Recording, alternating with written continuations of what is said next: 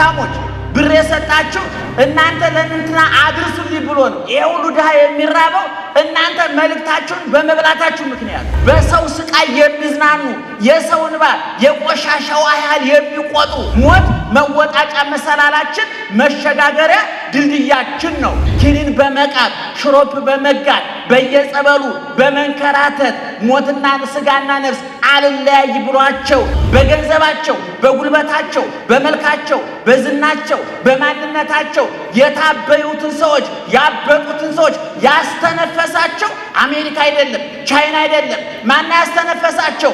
ሞት ነው።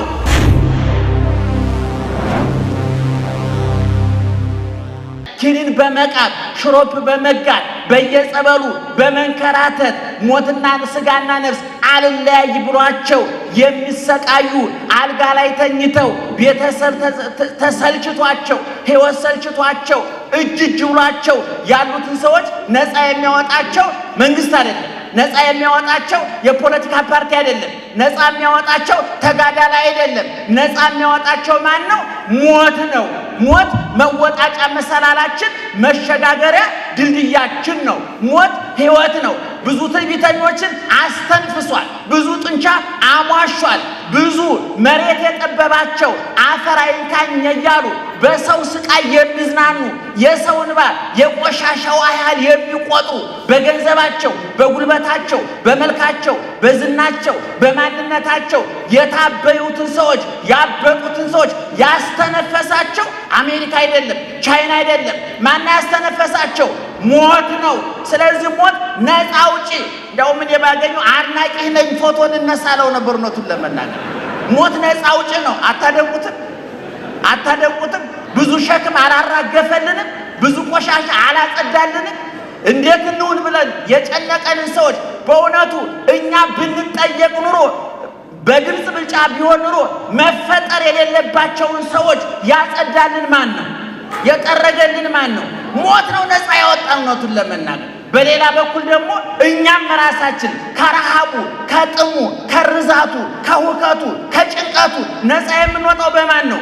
በሞት ነው። ምእመናን እናታችን ወይዘሮ አማረች ስራቸውን ሰርተው የባከነ ጊዜ ሳይኖራቸው የባከነ ገንዘብ ሳይኖራቸው የባከነ አካል ሳይኖራቸው ጊዜያቸውን ገንዘባቸውን አካላቸውን ተጠቅመው በሞታቸው ማስተማሩን በቁማቸው ጠቀሙ።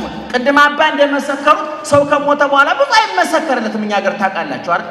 ብዙ ጊዜ በስልጣን ላይ ያለ ሰውና በህይወት ያለ ሰው ምስክሩ ብዙ ነው። ከስልጣን ሲባረር ያላጠፋው ሁሉ ይጎለጎላል። ይገርማችኋል። ያላጠፋው ሁሉ ይሄ ሁሉ አጥፍቷል። አረ እንዲበድሎ የነበረ ምንም እንኳን ያልተበደለው ሰውዬ እኛ ከሞተ በኋላ የሚመሰከርለት ሰው ግን ጀግና ሰው ነውና በእውነት እነ ዶክተር ፍትህ እና ሌሎችም ትናንትና የተዋወቋቸው ሰዎች እድለኞች ናቸው። ትልቅ ግንባታ ነው የገነባቸው። ይሄ ቤት ደግሞ የተገነባው ለቲያትር ቤት አይደለም፣ ለፊልም ለመጨፈሪያ ለመደነሻ አይደለም። የት ነው የተገነባው? እግዚአብሔር ቤት ነው። እናታችን እግዚአብሔርን ያውቁታል። በምድር የሚያውቁትን እግዚአብሔር በሰማይ አግኝተውታል። ዛሬ እናታችን ከአብርሃም ከይስሐቅ ከያዕቆብ አሳረፍልን ብለን ልመና አይደለም የምናቀርበው፣ ስላሳረፍክልን እናመሰግናለን የምንለው። ምክንያቱም እዚያ የሚያውቁት እግዚአብሔር እዚያ ይቀበላቸዋል። ኦርቶዶክሳዊ ተዋሕዶ ቤተክርስቲያን አንድ ሰው ነፍሱ ከስጋው ስትለይ መሸኛ ትጽፋለች።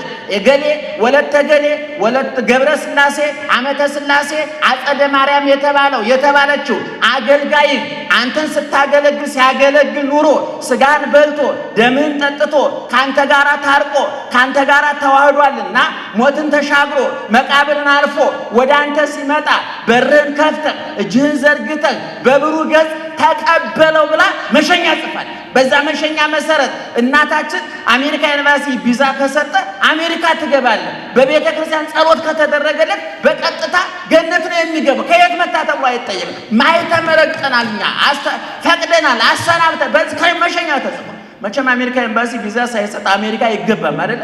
በዛ ከገባ በሜክሲኮ ዙ ተንከራቶ አንበሳም ሊበላው ይችላል። በቤተ ክርስቲያን ፍትሐተ ጸሎት ይባላል። ፍትሐተ ጸሎት ማለት በቤተ ክርስቲያናችን አንድ ሰው ሲሞት መሸኛ የምንጽፍበት ነው። ወደ ማን መሸኛ የምንጽፈው? እኔ ትንሣኤ ነኝ፣ እኔ ሕይወት ነኝ፣ በእኔ ያመነ ቢሞትም ሕያው ነው ብሎ ወደ ተናገረ ወደ ክርስቶስ ሥጋዬን የበላ ደሜን የጠጣ የዘላለም ንገሩኝ፣ የዘላለም ምኑን የበላ ምኑን የጠጣ ስጋውን የበላ ደሙን የጠጣ ከክርስቶስ ጋር የተዋሃደ ምን አለው? የዘላለም ሕይወት አለው። እንዲያውም ክርስቶስ እንዲህ አለ፣ እኔ ከሱ ጋር እኖራለሁ እሱም ከኔ ጋር ምን ይሆናል? ይኖራል። በምድር እያለ እኔ ከሱ ጋር እኖራለሁ፣ ከሞት በኋላ እሱ ከኔ ጋር ይኖራል።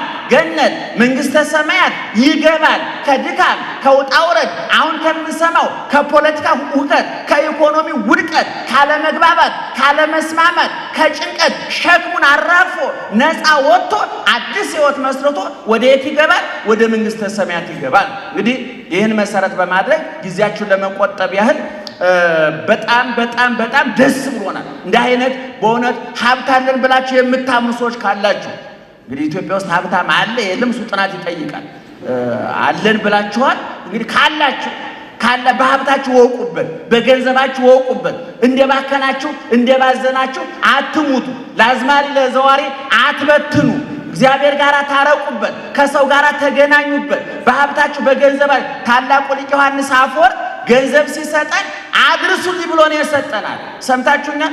ሀብታሞች ብር የሰጣችሁ እናንተ ለእንትና አድርሱልኝ ብሎ ነው። ይሄ ሁሉ ድሃ የሚራበው እናንተ መልእክታችሁን በመብላታችሁ ምክንያት።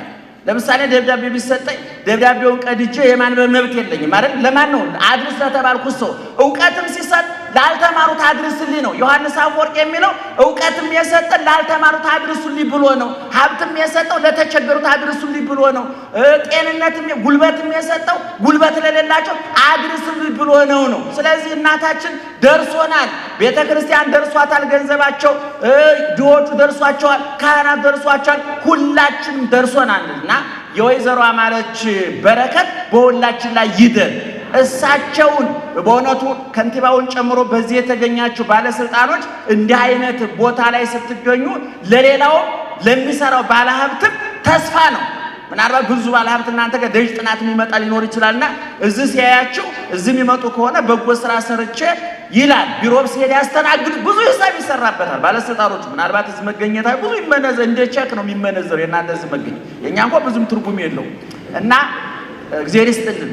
በጣም ደስ ብሎናል። ዶክተር ፍትህ አሉ። ዶክተር ፍትህ እግዚአብሔር ይስጥልን። ሌሎችም ልጆቻቸው እግዚአብሔር ይስጣቸው፣ እግዚአብሔር ይባርካቸው።